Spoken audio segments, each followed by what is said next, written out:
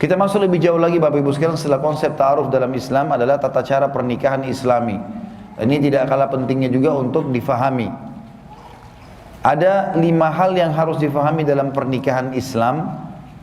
Pertama, tidak boleh ada pelanggaran agama, karena menikah ibadah. Jangan Bapak Ibu memulai ibadah dengan dosa, gitu kan? Ada orang hamil di luar nikah, ada orang sibuk memamerkan auratnya, istrinya dipajang, semuanya laki-laki bisa menikmati kecantikannya, tubuhnya, salaman, segala macam. Ikhtilat namanya. Terbuka aurat ini dilarang dalam agama Islam, tidak boleh. Ya, apalagi kalau kita menarik-narik masalah tradisi dan adat. Kita harus tahu Bapak Ibu sekalian ya, semenjak sudah jadi muslim atau kita Islam, kita harus tahu yang menjadi tradisi dan adat kita adalah Islam itu sendiri. Jangan tradisi diislamkan, tapi kita ya jadikan Islam sebagai tradisi. Itu yang harus difahami. Sehingga kita punya standarisasi hukum di sini. Jangan sudah pakai jilbab ibu-ibu sekalian, begitu mau nikah disuruh buka lagi pakai baju adat. Bagaimana kalau meninggal tiba-tiba pada saat itu? Subhanallah, ada satu anak muda salihah, wanita di Saudi, kisah nyata, sampai judul kisahnya itu ditulis oleh para ulama, malam pertama di surga. Wanita ini pakai hijab, tertutup rapi, pakai jilbab. Waktu dia menikah, subhanallah, lagi mau menikah, sebentar lagi dia akan kumpul sama suaminya, tinggal tunggu. Habis asar, rupanya dia lagi didandan. Dia lupa kalau wudunya sudah batal waktu sholat asar tadi. Selesai di make up ini sampai menjelang maghrib. Pas maghrib azan, dia baru ingat kalau dia tidak ada wudu. Maka dia bilang sama ibunya, kebetulan ada di sebelahnya, saya harus wudu ini, nggak ada wudu. Maka ini make upnya pasti rusak gitu. Kata ibunya, sudahlah sebentar lagi habis maghrib mempelai laki-laki datang. Dia bilang, nggak bisa ibu, ini haram dalam Islam kalau saya tidak sholat. Nantilah kamu jamak, nggak ada udzur untuk jamak, bukan musafir, bukan segala macam. Inti ringkas cerita, kata dia, maaf ibu, saya bukan tidak bakti tapi saya harus lakukan. Wudulah dia, wudu kemudian dia sholat. Kata ibunya, baiklah kalau begitu, percepatlah sholatnya.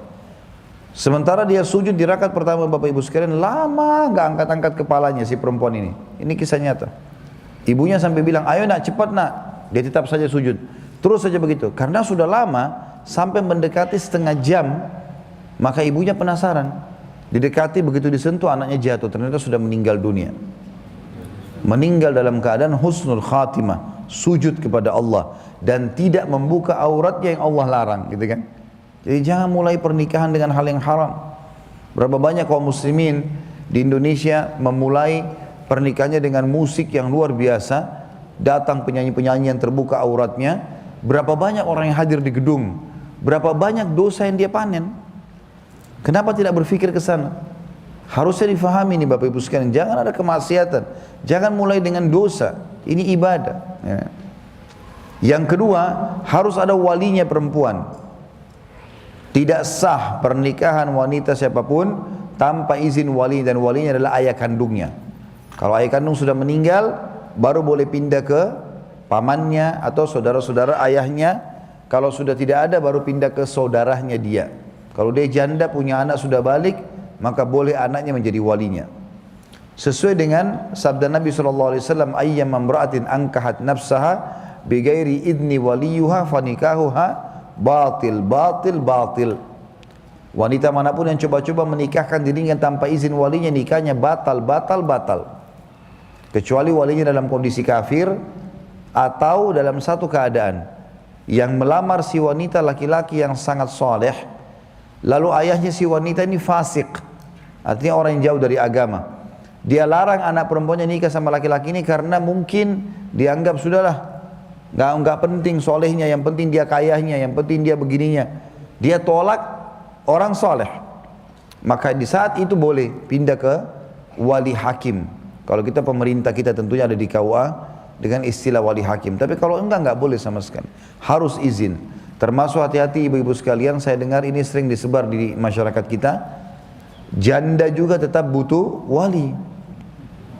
Dinisbatkan kepada Imam Abu Hanifah, dikatakan dalam mazhab Hanafi boleh janda menikahkan dirinya.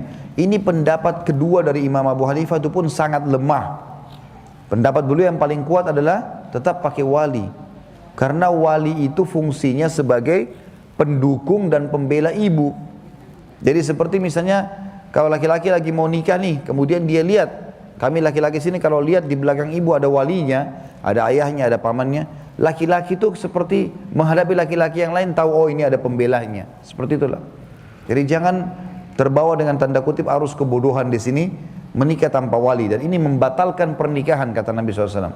Wanita manapun yang coba-coba nikahkan dirinya tanpa izin walinya, nikahnya batal 3 kali kata Nabi SAW.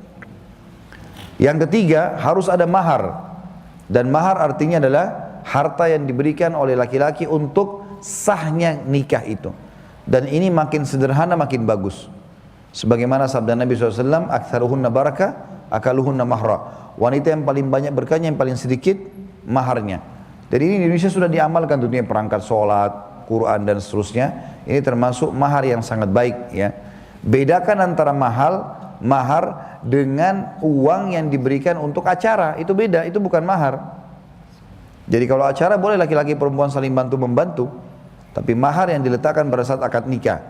Kemudian yang keempat adalah adanya 2 saksi yang terpercaya dari kaum laki-laki. Boleh satu dari pihak laki-laki, satu dari pihak perempuan, tapi boleh dari pihak laki-laki dua-duanya atau dua-duanya dari pihak perempuan, tidak ada masalah. Atau mungkin tidak ada hubungan kerabat, teman, tetangga, dianggap dituakan, dipercaya, boleh jadi wali, boleh jadi saksi. Dan ini harus 2 orang. Yang terakhir, yang kelima adalah diiklankan. Iklankan artinya Bapak Ibu minimal undang orang yang sering interaksi sama kita. Sebagaimana sabda Nabi SAW kepada Abdurrahman bin Auf, beliau menikah dan Nabi SAW tidak diundang. Kata Nabi SAW, aulim walau bisyat, iklankan pernikahanmu walaupun cuma dengan 1 ekor kambing saja. Karena jangan sampai kita jalan nanti orang-orang menganggap kita berzina. Tapi kita iklankan, walaupun tidak semuanya, orang-orang yang dekat saja yang tahu, itu juga perlu. Makin banyak orang tahu maka makin tidak ada masalah. Ini bagian daripada perintah agama.